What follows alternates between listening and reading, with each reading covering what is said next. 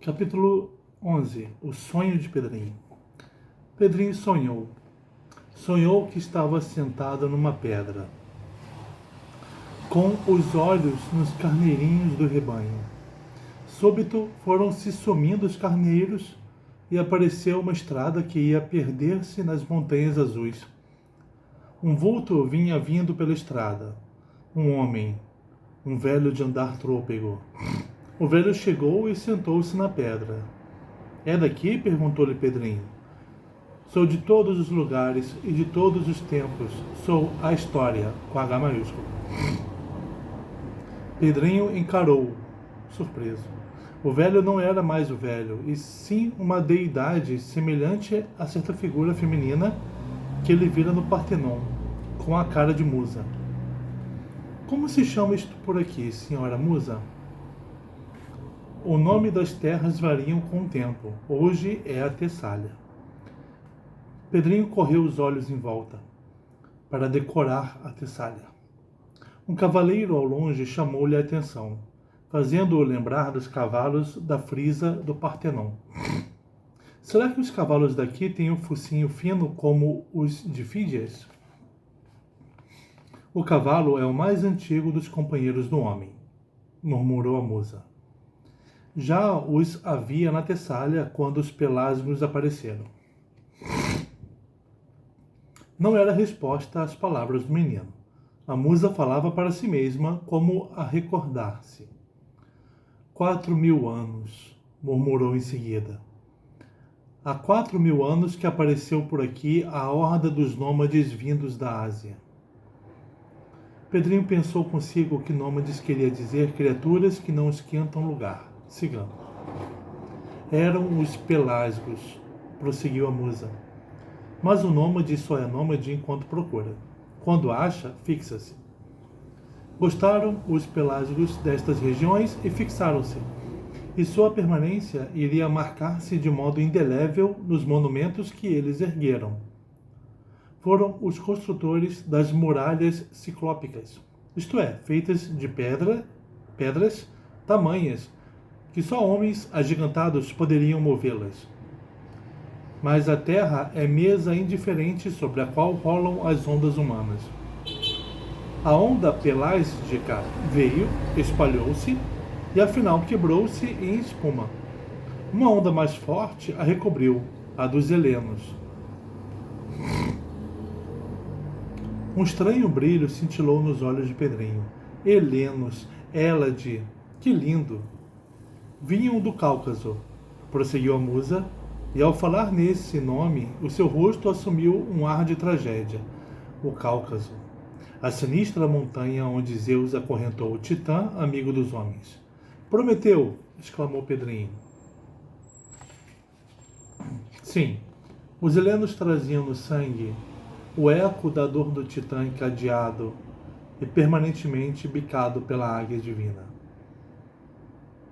Prometeu roubara o fogo do céu para dá-lo aos homens. Esse fogo nas mãos dos homens significaria a libertação, dominação das forças da natureza, civilização.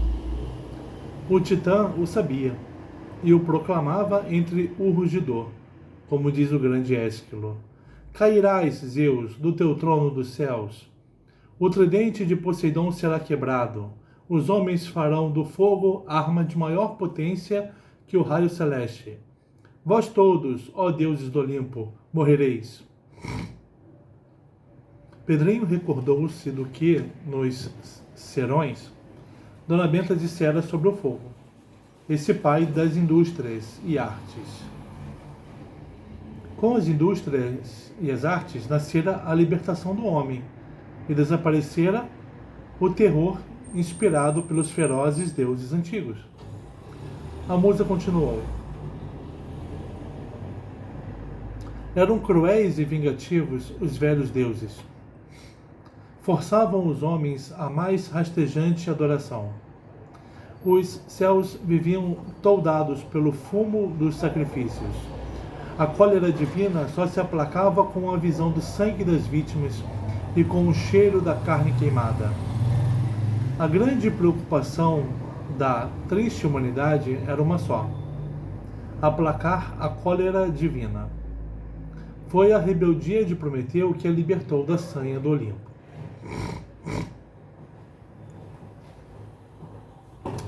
Os helenos.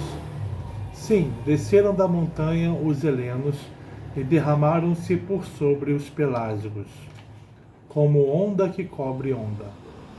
E como onda nova que era, absorveu, assimilou, escravizou a onda velha, e por fim explodiu na mais opulenta floração humana.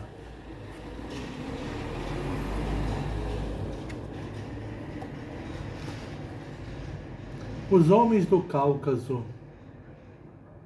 ensinados por Prometeu, vinham livres do terror teogônico da Ásia e África, como livre desse terror sempre fora a alma do Titã. Uma palavra explica os helenos: liberdade. Liberdade de pensar, de criar, de viver, em suma. Homens somos, e à nossa imagem e semelhança faremos os deuses do Olimpo. Beleza, exclamou Olimpo. E assim foi. Os velhos deuses pelágicos eram brutos como as pedras com que esse povo construía os seus monumentos.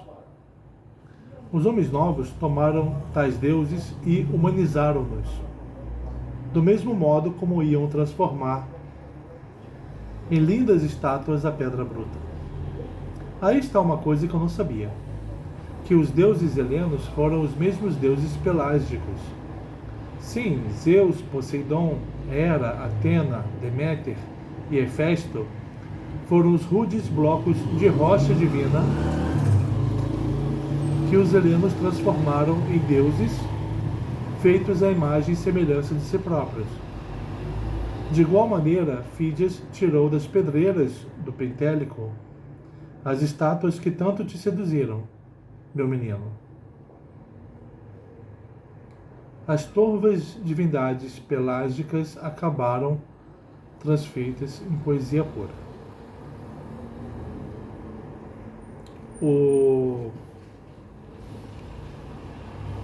A musa, né? Ela está dizendo que os pelágicos tinham esses deuses, Zeus e os outros, e os helenos fizeram desses deuses a imagem e semelhança deles mesmos. E Fídias, da mesma forma, fez Fídias, fazendo das pedras estátuas. Detalhe: Pedrinho agora está no século XV, né?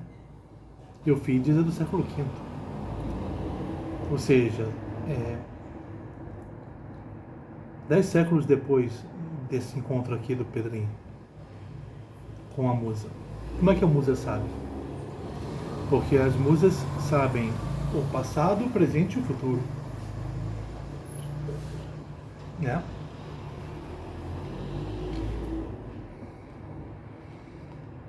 Que beleza! Exclamou de novo Pedrinho. Mas os helenos tiveram a desdita de se desdobrarem em 4 ramos, ou tribos, com muitos pontos em comum e também muita diferenciação na língua, costumes e política. Isso os matou. Em meus sonhos de musa, perco-me às vezes a imaginar o destino que teria o mundo se o feixe helênico se mantivesse coeso. Desgraçadamente, cindiu-se em 4 varas: os aqueus, os eólios, os dóricos e os jônicos. A divisão gera o ciúme gera a guerra. E na guerra do Peloponeso, os 4 ramos helênicos mutuamente se destruíram. E os bárbaros vieram, e facilmente afogaram a primeira, a grande, a maior eclosão de beleza e pensamento que ainda iluminou o mundo. Pedrinho suspirou. Eis, meu menino, concluiu a musa, o que foi, em suas origens, essa Grécia de lenda que te chamou a estas paragens.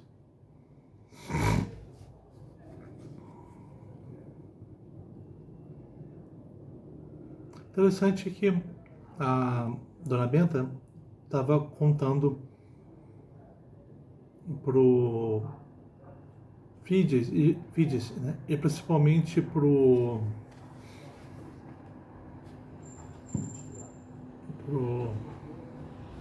Péricles, o futuro deles, né? O porvir deles. E agora o Pedrinho, 10 séculos antes daquele encontro do Péricles, né?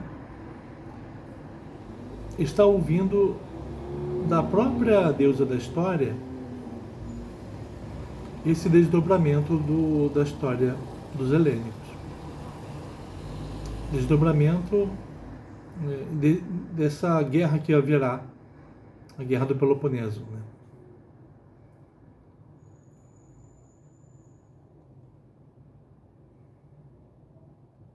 Que vai causar levar a Grécia à beira da destruição, né? Que ela vai guerrear, vai ser uma guerra interna, né? Deixando-a então deixando-a enfraquecida para a chegada dos macedônios.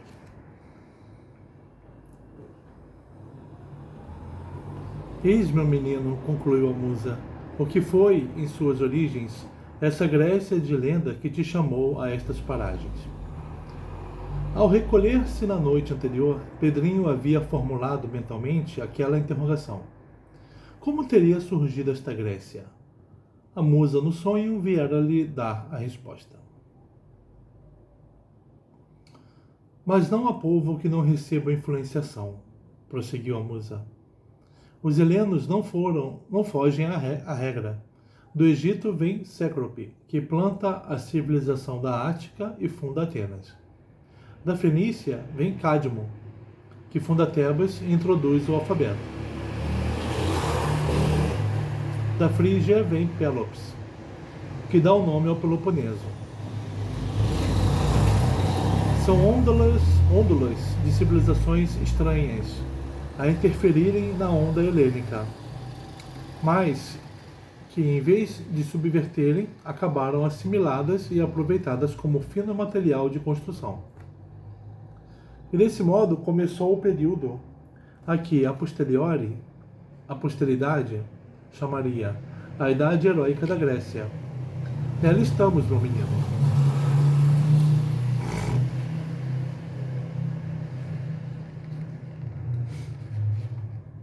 Embora a linguagem da musa fosse das mais elevadas e impróprias para menores de idade de Pedrinho, tudo compreendeu ele perfeitamente. Seu espírito era vivo como o de um heleno da Idade de Ouro. E Pedrinho exultou, porque estava justamente onde queria, em plena Grécia heróica, ou melhor, na Hélade heróica, visto como a palavra Grécia só muito mais tarde iria aparecer. O pastor com quem conversara no dia anterior não era ainda um grego, sim um puro heleno. E que há a musa de mais importante para ver-se na Grécia heróica? Não tem fim o número de acontecimentos de monta que as lendas fixaram. Lembrarei os trabalhos de Heracles, ou Hércules. Lembrarei a instituição dos Jogos Olímpicos, essa novidade a qual o mundo deve o culto da beleza plástica.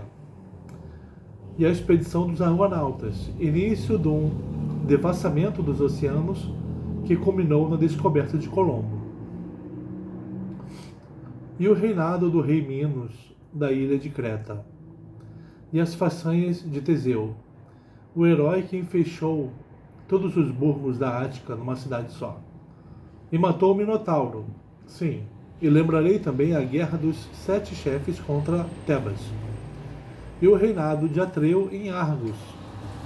E a guerra de Troia, que enche a Ilíada do grande Homero, e o estabelecimento das colônias gregas da Ásia Menor, e a supressão dos reis da Ática para preparo da democracia. Neste ponto, a lenda para e a história começa. Conheço Atenas, disse Pedrinho. Lá estive com vovó em casa do Sr. Péricles. Esse homem de gênio marca o zênite da civilização grega, observou a musa. Com a sua morte, por ocasião da peste de Atenas, começará a agonia da Grande Grécia. Que dó! Mas não morrerão nunca as formosas criações do espírito helênico. No sangue dos homens brilhará sempre a luz das ideias que a raça esplêndida soube gerar. Pedrinho recordou-se das palavras de Dona Benta sobre a penetração do pensamento grego até em terras só conhecidas muitos séculos depois do desaparecimento da Grécia. O discurso do promotor no casamento da filha do juiz, o nome e a classificação científica do quindim,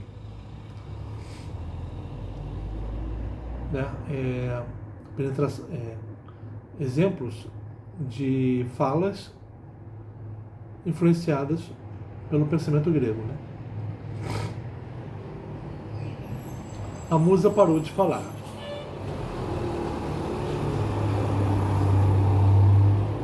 Foi se esvaindo em fumo, e o velho reapareceu sentado na pedra. Ninguém se admira do que acontece nos sonhos. O menino não se admirou da mudança. Pôs-se muito naturalmente a conversar com o velho. Já sei onde estou, meu caro. Só não sei que momento é este. Conte-me o que está acontecendo por aqui, as novidades do dia. Lá no burgo em que moro, o povo discute muito uma propalada expedição de Héracles contra uma hidra, respondeu Heleno. Sei, gritou Pedrinho entusiasmado.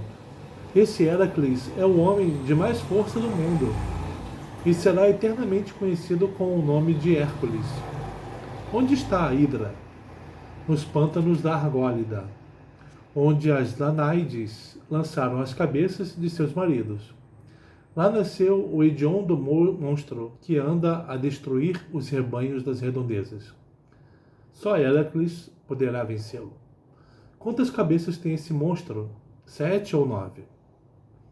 Não sei ao justo. Há até quem fale em 50. São cabeças que, depois de cortadas, renascem e dizem que uma delas é imortal. Pedrinho estava radiante. Ia ter ensejo de assistir à formidável luta do homem de mais força do mundo, o grande Hércules.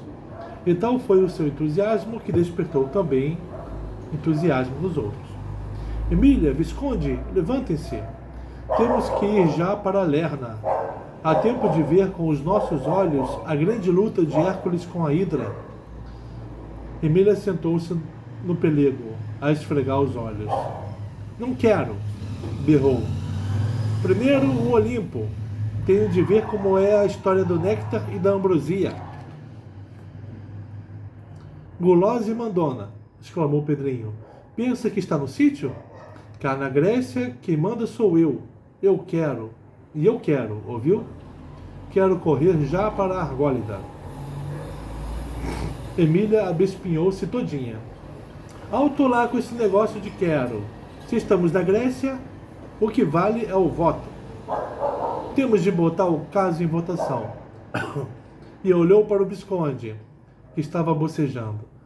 Olhou com os olhos magnetizadores que pareciam os da Medusa e disse: Qual o seu voto, Visconde?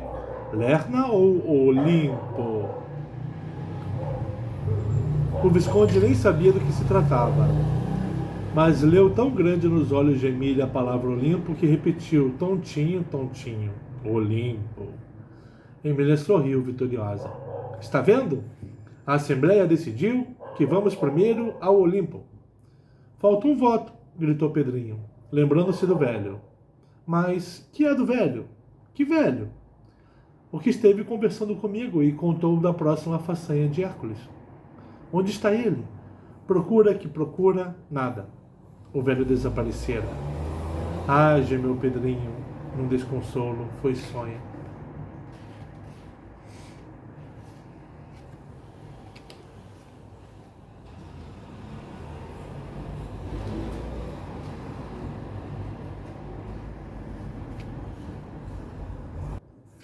Capítulo 12. Em marcha para o Olimpo. A madrugada vinha rompendo. Os 3 penetradores levantaram-se dos pelegos e olharam em redor. Que é do pastorzinho? Já estava por fora. Bom dia, pastor. Gosta de madrugar, hein? O pastorzinho sorriu e contou que todas as manhãs se levanta muito cedo para assistir ao nascimento do sol. O sol naquele tempo não era simplesmente o sol, e sim o deus Hélios. A divina aurora de dedos cor-de-rosa abandona todas as manhãs o leito de Hélios para trazer ao mundo a luz que a noite recolheu na véspera. Ei-la, que chega em seu carro deslumbrante, foi o que disse o pastor, com o dedo a apontar ao céu. Emília achou aquilo uma beleza, mas o Visconde fez ar de quem diz, passo. Era um cientista, e os cientistas pensam do Sol de maneira muito diferente dos poetas. Acham que o Sol é um astro como todos os outros, e que a luz é uma vibração de um tal éter que eles ignoram o que seja. Mas Emília barrou a preleção astronômica e o Visconde ia começando a impingir. Cale-se, disse ela. O que vejo lá em cima é a aurora mesmo, com os seus dedinhos cor-de-rosa a guiar o carro de fogo. Muito mais bonito assim. O pastor e os 3 pica-paus assistiram ao nascer do sol, como se estivessem num teatro vendo a fita de Branca de Neve. E Pedrinho declarou nunca ter presenciado cena de maior beleza. Parece incrível que só agora eu haja descoberto como é lindo o nascer do sol. Uma coisa de todos os dias, mas que bate quanta fita há no mundo. Que assombro. Emília também se extasiava.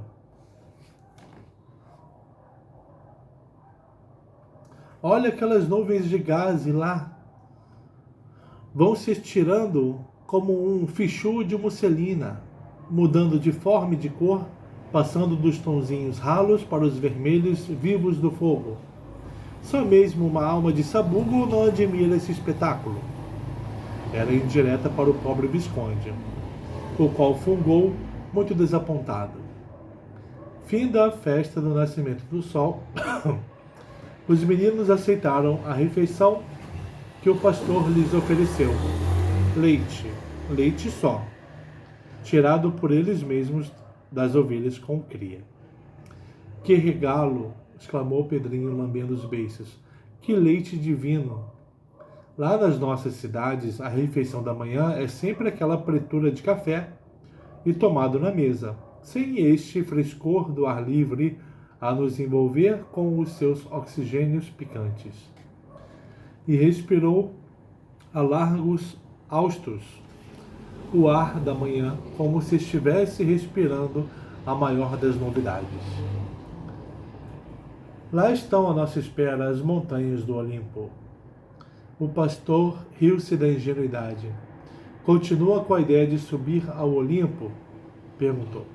Claro, respondeu Emília. Não foi para outra coisa que chegamos até aqui. Que absurdo! Mortal nenhum ainda conseguiu penetrar no Olimpo. Zeus fulmina com seus raios quem se atreve a pensar nisso. Emília teve dó do Heleno. Bem se vê que não nos conhece, pastorzinho. Não somos criaturas iguais às comuns. Somos do pica-pau amarelo, entende? Está claro que o pastor não entendeu. Até pela Via Láctea já andamos, continuou Emília. Até nos anéis do planeta Saturno estivemos brincando de escorregar. O pastor abriu a boca. A linguagem da estranha criaturinha era inteiramente nova para ele. Emília riu-se. Sua cara está que nem a do marmorista Fídias, quando lhe contei aquela história do cigarro. Depois de mais uns minutos de prosa, os 3 pica-paus se despediram do jovem pastor e tomaram a direção das Montanhas Azuis. O Visconde, com a maleta da Emília às costas, seguiu resmungando. Para que quereria ela a maleta lá no Olimpo? Adeus, adeus, amigo pastor, gritava Pedrinho de longe. Na volta viremos dormir mais uma noite aqui nesta casa. Foram andando, andando. No fim da planície começaram a galgar as encostas da montanha azul, que de perto não era azul coisa nenhuma, sim verde como todas as montanhas. Estou vendo que o tal azul é a maior das petas, observou Emília. Quando a gente se aproxima, ele foge. O Visconde deu a sua opinião de sábio.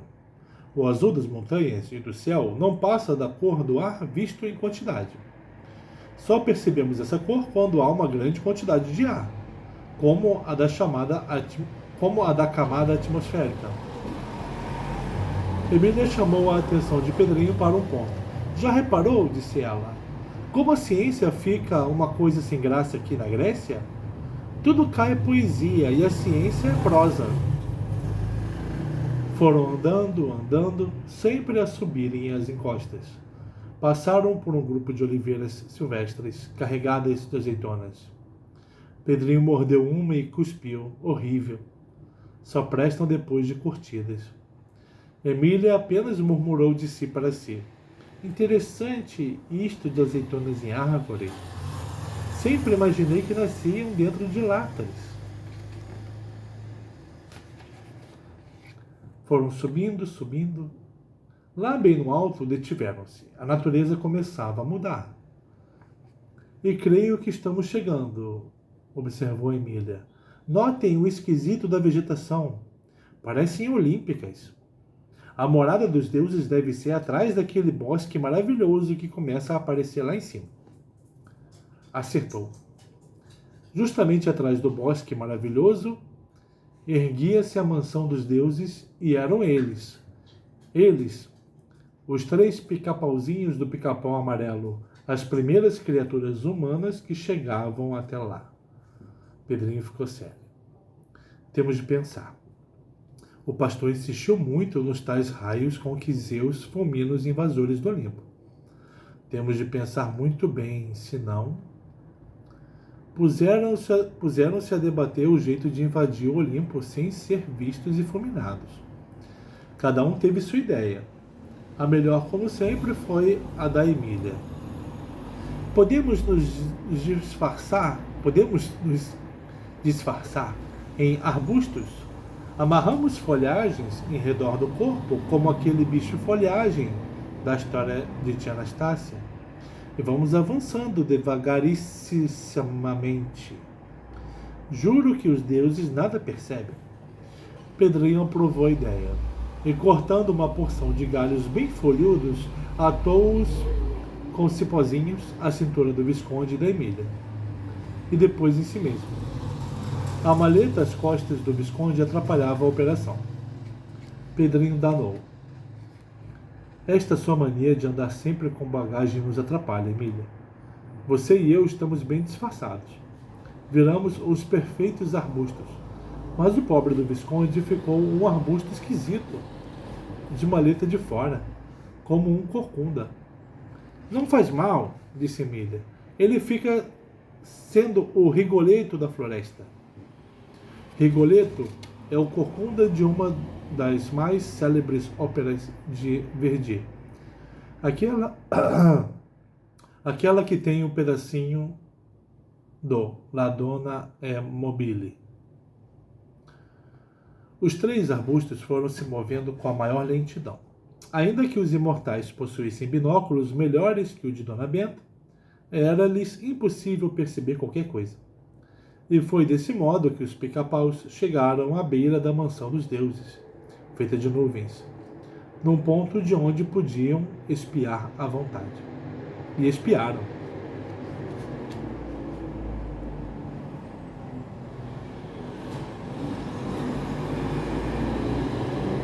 E viram o que nenhum ser humano ainda havia visto. Viram o importante Zeus em seu trono de ouro, a conversar com as demais divindades do Olimpo. Que esplendor de homem! Cochichou Emília dentro das folhas. Parece mesmo o Teófilo Gautier que Dona Benta nos mostrou em retrato. O que acho formidável é o cabelo e a barba, sussurrou Pedrinho, encaracolados. A verdadeira ondulação permanente é essa, porque é eterna. Agora estou compreendendo o que vovó disse da beleza olímpica. É isso, essa serenidade de quem não vê nada acima de si. Repare na águia que ele tem à direita, disse Emília muito baixinho. É a tal que comia os fígados de Prometeu.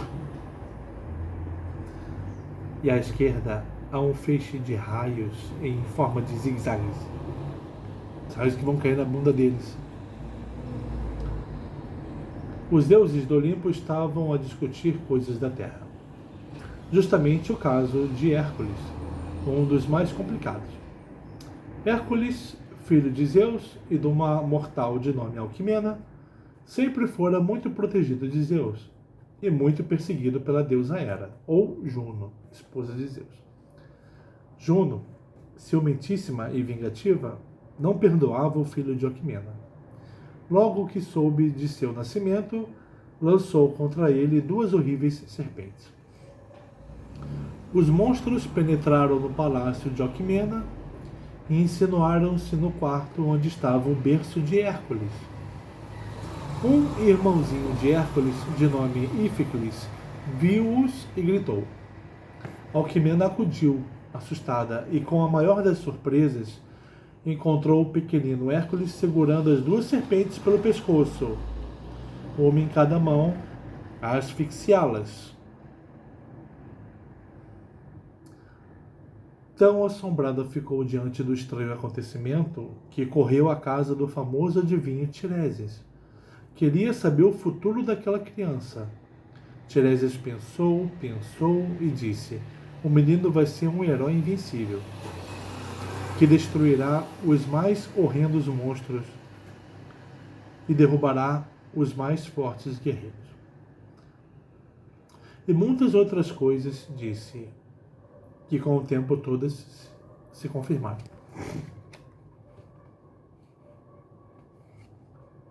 Então ele vai entrar por falar dos trabalhos de Hércules. Hércules foi crescendo em idade e vigor, até que um belo dia deu começo à sua prodigiosa carreira de herói. Mas nunca deixou de ser atrapalhado pela vingativa Juno. Não houve peça que a deusa não lhe pregasse. Um dos seus ardis foi colocá-lo na dependência de Euristeu, um rei que obedecia cegamente. E Juno sugeriu a Euristeu impor a Hércules uns tantos trabalhos acima de todas as possibilidades humanas. Veio daí o plano dos 12 trabalhos de Hércules, isto é, 12 façanhas verdadeiramente impossíveis. Fatalmente sucumbiria o homem que tentasse realizá-las. O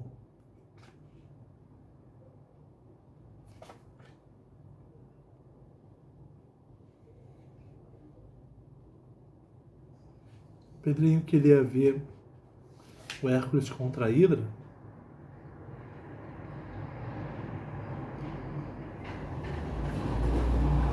E agora está sendo dito aqui para nós, quando da visita deles ao Olimpo, né? A história de Hércules. O primeiro trabalho de Hércules foi a luta contra o terribilíssimo leão de Nemeia, monstro fabuloso que se opunha a um caído da lua. Mas era um leão invulnerável.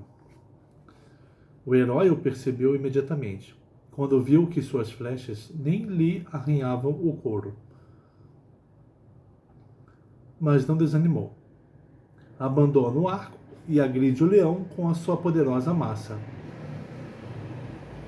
E tantos golpes lhe pega no crânio que o monstro recua, foge, esconde-se num antro. Hércules entra no antro, fecha-o com um grande penedo e atraca-se com o leão em luta corpo a corpo. E acabou asfixiando em seus braços. A pele desse leão iria, por toda a vida, ser a égide do herói. Esse primeiro trabalho produziu grande surpresa na Hélade. Por muito tempo, em todos os burgos, não se falou de outra coisa. Vinha daí o enorme interesse dos helenos pelo segundo trabalho de Hércules, já anunciado, a sua luta contra a Hidra. Os deuses do Olimpo estavam justamente a debater o assunto no momento em que os 3 arbustos começaram a espiar. Juno parecia cheia de esperanças. Não ignorava que as mordeduras da Hidra eram venenosíssimas, de modo que o menor ferimento em Hércules ser-lhe-ia fatal.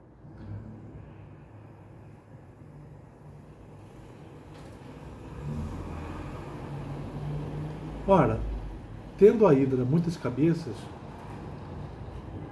pelo menos de uma arranhadura não se livraria o herói. E era o bastante. A vingativa deusa sorria de íntima satisfação. Zeus, entretanto, zelava pelo filho de Alquimena e dele. Adivinhando o pensamento de Juno, chamou o deus Hermes, ou Mercúrio, que era o mensageiro do Olimpo. Hermes, disse-lhe em voz baixa, corra a Delfos e avise a Pítia que numa planta do Oriente está o remédio contra as mordeduras da Hidra. Se Hércules for ferido, fatalmente consultará a Pítia, que é a adivinha do oráculo de Delfos. Juno pôs-se a cismar. Que ordens teria seu esposo dado ao mensageiro do Olimpo? Os 3 arbustos acompanhavam a cena com a maior atenção. Outra deusa apareceu, que foi imediatamente reconhecida por Pedrinho. Palas Atena, ou Minerva, sussurrou ele, a tal que brotou da cabeça de Zeus, armada de escudo e lança. A esplendorosa deusa trocou breves palavras com seu pai. Juno mordeu os lábios. Percebeu que Minerva também favorecia o herói. O Olimpo estava dividido em 2 partidos, um que apoiava Zeus, outro que apoiava Juno. Naquelas intrigas olímpicas, Zeus acabava sempre triunfando, mas tinha de empregar muita astúcia. Ele era o mais poderoso, os outros também dispunham de grande poder. Juno, disfarçadamente, retirou-se, foi conspirar em outro grupo. Que malvada! Murmurou Emília. Não desiste? Mais um deus surgiu, belo, extraordinariamente belo. Apolo, juro, exclamou Pedrinho, lembrando-se de uma estátua de Apolo que ele vira em casa de Péricles. Esse é o mais sábio de todos. Repare, Emília, como Zeus se mostra satisfeito com o que está ouvindo.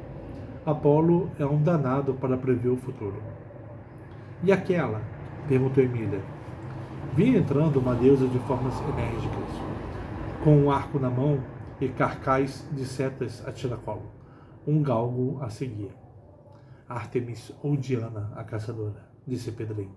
Uma danada para perseguir animais ou gente. Vovó contou uma trágica história das Nióbidas, filhas daquela desgraçada Níobe, princesa da Lídia. Níobe, orgulhosíssima dos 12 filhos que tinha, cometeu, certa vez, a imprudência de gabar-se da sua superioridade sobre a deusa Latona, que só tivera 2 filhos, Apolo e Diana. Latona, irritada, mandou que Apolo e Diana lhe matassem os 12 filhos. Apolo flechou os rapazes e Diana flechou as meninas. Tão grande foi a dor de Níobe que Zeus, compadecido, a transformou em pedra. Emília indignou-se. Quem os vê tão belos não imagina a dureza de seus corações. Vão matando os pobres mortais como quem mata pulgas, sem a menor cerimônia. Creio que já vi um grupo de mármore representando a cena. Viu sim, lá no sítio. Vovó nos mostrou uma gravura em que Níobe está num desespero de louca. Esperem, olhem quem vem vindo lá. Poseidon, também conhecido como Netuno. Que tipo exótico. Netuno entrou majestosamente. a bater no chão com a ponta do tridente. Não revelava a beleza dos outros. Parecia um monstro do mar sob forma humana. Pedrinho disse. Foi um dos que mais ajudaram os Zeus na luta contra os titãs. E conta que também teve a ideia do cavalo de Troia e construiu as muralhas dessa cidade. Com aquele garfo de 3 dentes, que ele espeta os tubarões. Netuno não conversou com Zeus sobre o caso de Hércules, coisa da terra. O deus do mar só se interessava pelos assuntos do mar. Depois que Netuno saiu, entrou um deus coxo, Hefesto ou Vulcano. Pedrinho disse, o caso deste filho de Juno é interessante.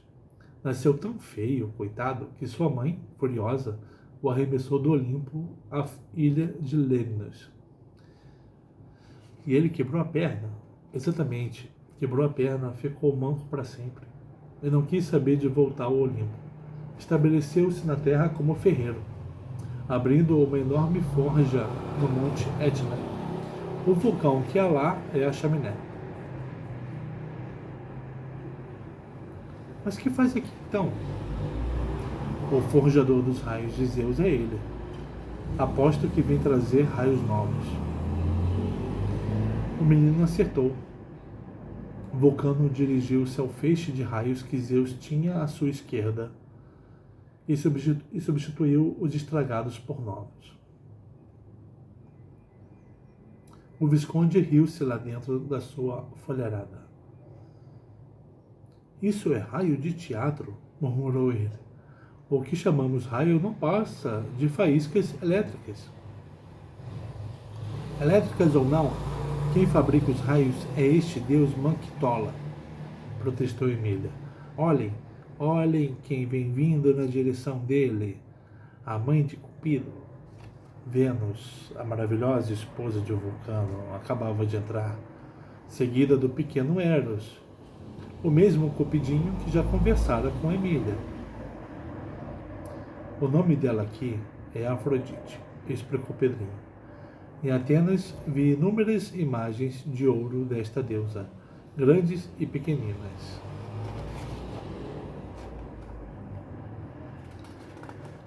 É a mais estimada no Olimpo e a que mais lida com as criaturas da terra. Intrometidíssima, mete o bedelho em todos os negócios do coração. A deslumbrante deusa trocou 2 palavras com o Vulcano. Em seguida foi contar a Zeus as últimas travessuras do menino de asas, ao qual o deus dos deuses fez uma festinha no rosto. Os arbustos estavam a regalar-se com a cena quando tiveram a atenção atraída por um rapagote de grande beleza, mas que não dava a ideia de um deus. E não era. Era Ganimedes, o menino que Zeus raptou da terra para transformá-lo em garçom do Olimpo. Entrou com uma bandeja de ouro na qual se viam várias ânforas e taças. Chegou a hora. O garçom do Olimpo vai oferecer uma taça de néctar a Zeus. Ao ouvir a palavra néctar, Emília ficou assanhadíssima, chegando a botar a cabeça fora da galharada. Pedrinho teve de pregar-lhe um beliscão. O néctar, repetia a diabinha. Olhem o regalo de Zeus. Que delícia não deve ser o tal néctar. Depois de servir a divina bebida, Ganimedes apresentou os pratos de ouro com ambrosia. Segundo o assanhamento da Emília e segundo o beliscão de Pedrinho, ela queria por força correr até lá, ver, pegar, cheirar, devorar o alimento dos deuses. Concluída a sua olímpica refeição, o deus dos deuses mandou que Ganimedes servisse aos demais. Imediatamente Eros espichou a mãozinha e pescou uma dedada de ambrosia. E Emília, lá dentro da sua túnica de folhas, lambeu os beiços. Seus olhos seguiam Ganimedes. Quero ver para onde ele vai depois de servir a todos. Ganimedes serviu a todos e retirou-se para certo ponto do Olimpo, onde uma nuvenzinha, cor de madrepérola, servia de copa. É lá a copa do Olimpo, sussurrou Emília. É lá que guardam as ânforas de néctar e os pratos de ambrosia. E começou a arquitetar um plano. Assim que viesse a noite e os deuses ferrassem no sono, os três se aproximariam da nuvenzinha copa e mandariam o Visconde furtar um pouco de néctar e de ambrosia. O Visconde suspirou. Ele, sempre ele. Só se lembravam dele nos lances perigosos. Ai, ai. A impaciência de Emília aumentava. E por proposta sua, foram se afastando dali a fim de escolherem posição mais estratégica.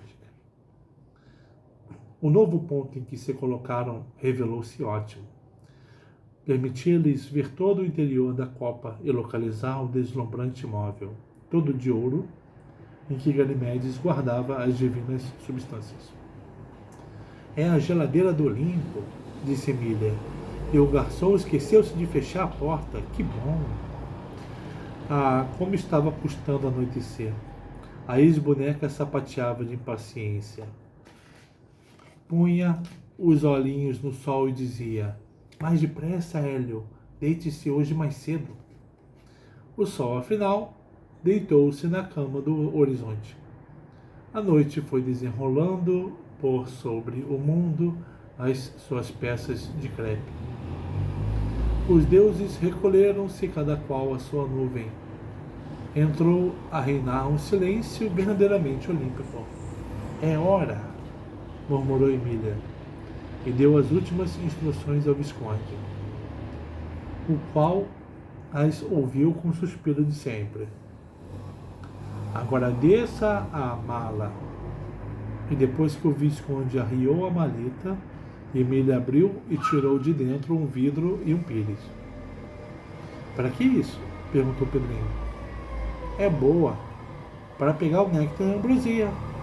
Ah, linda! Claro, costumo prever tudo. Se não fosse a minha ideia de trazer esse vasilhame, como iríamos nos arranjar agora? Quando penso num caso, penso direito, penso até o fim, sem esquecer coisíssima nenhuma. Tome, Visconde, este vidro e este pires. Enche o vidro de néctar e ponha no pires um bom pedaço de ambrosia. Um bom pedaço, veja lá. Faça isso e volte correndo. Porque se o garçom o pilha, faz como Juno fez com o vulcaninho. Arroja-o sobre a ilha de Lemnos. O Visconde tomou o vidro e o pires, e lá se foi, pé ante pé, para a nuvem copa. Diante da geladeira, executou as ordens recebidas.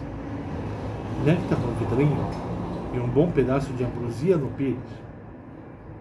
E olhando para todos os lados, voltou no maior dos ressabiamentos. Mal se reuniu aos companheiros, Emília quase lhe arrancou das mãos as duas preciosidades. Cheirou o vidrinho e provou o conteúdo na ponta do dedo. Ah, era o que eu pensava, mel dos deuses, mas o mel 1000 vezes mais gostoso que o das abelhas. Não enjoa, não é doce demais. Prove, Pedrinho, veja que suco. Pedrinho provou o néctar e estalou a língua. Maravilhoso, Emília. Vale a pena ser Deus só para chuchurrear este assombro de gostosura. E provou de novo. E daria conta do vidro inteiro, se Emília não lhe arrancasse das mãos. A previdente criaturinha arrulhou muito bem o vidro e guardou-o na maleta, dizendo: isto vai para a narizinha. Vejamos agora a ambrosia. Tomou o pires, cheirou o alimento dos deuses, provou-o com a ponta da língua e fez cara de quem procura lembrar-se de uma semelhança. Por fim exclamou: curau de milho verde, Pedrinho. Curau do bom, mas muito melhor do que o da tia Anastácia. Prove. Pedrinho tirou uma dedada e levou à boca. Seus olhos se arregalaram. Sim, curau, não há dúvida. Mas que curau, Emília! Gostosíssimo! E tirou outra dedada. Emília puxou o pires para continuar no exame do creme divino. Pensou: se é da família dos Curaus, não vale a pena levar, porque é azeda. Que pena, Narizinho vai morrer de desgosto. E como não valia a pena levar, porque azedava, resolveram comer toda a ambrosia ali mesmo. E Visconde lambeu o pires. Emília estava ainda a comentar o gosto da gostosura, quando sua atenção foi despertada por um barulhinho. Alguém que se dirigia para a copa. Os 3 arbustos encolheram-se dentro da folhagem. Quem será que vem vindo? Pensaram os 3. Era um menino de asas. Era o travesso filho de Vênus, que se levantara da cama para vir furtar ambrosia. Chegou, abriu a geladeira e regalou-se. Em seguida, escapou na pontinha dos pés. Que galanteza! Sussurrou Emília, tal qual a florzinha das alturas. Depois que Eros desapareceu, o silêncio tomou de novo conta de tudo. Muito bem, disse Pedrinho. Acho que é hora de batermos em retirada.